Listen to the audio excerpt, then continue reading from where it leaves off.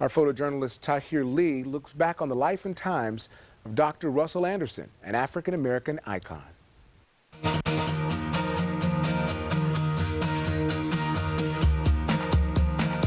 Dr. Russell Anderson was one of our early pioneers here in Lynn County.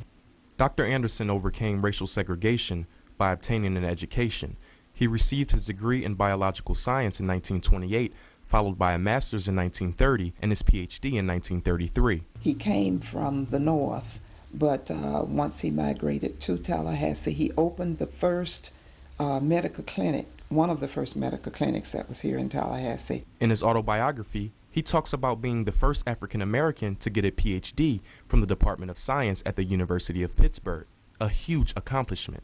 He was also one of the founders of the Florida A&M University Hospital, and as such was the first medical director. In 1956, the hospital was the only public medical facility for blacks within 150 miles. By 1957, Dr. Anderson founded the Anderson Brickler Medical Clinic with his son-in-law. He built the Anderson Clinic on South Adams Street, which still stands today.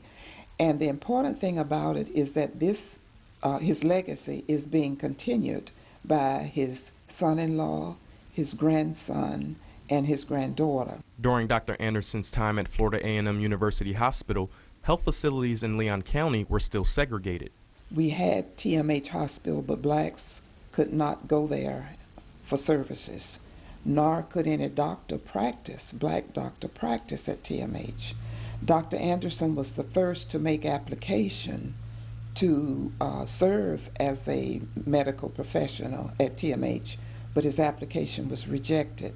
But being the civil rights activist that he was, he continued to work across all lines to help break down some of the barriers.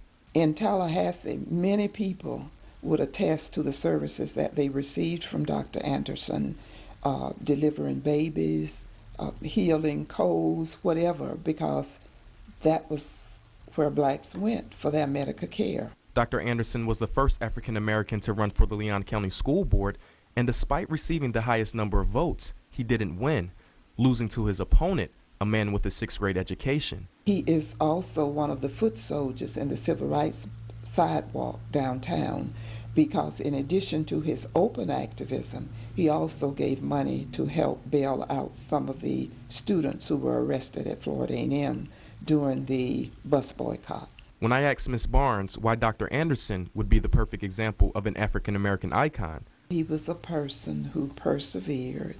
He overcame the odds, but he still didn't forget that there was a struggle and that he needed to be a part of that to make a change.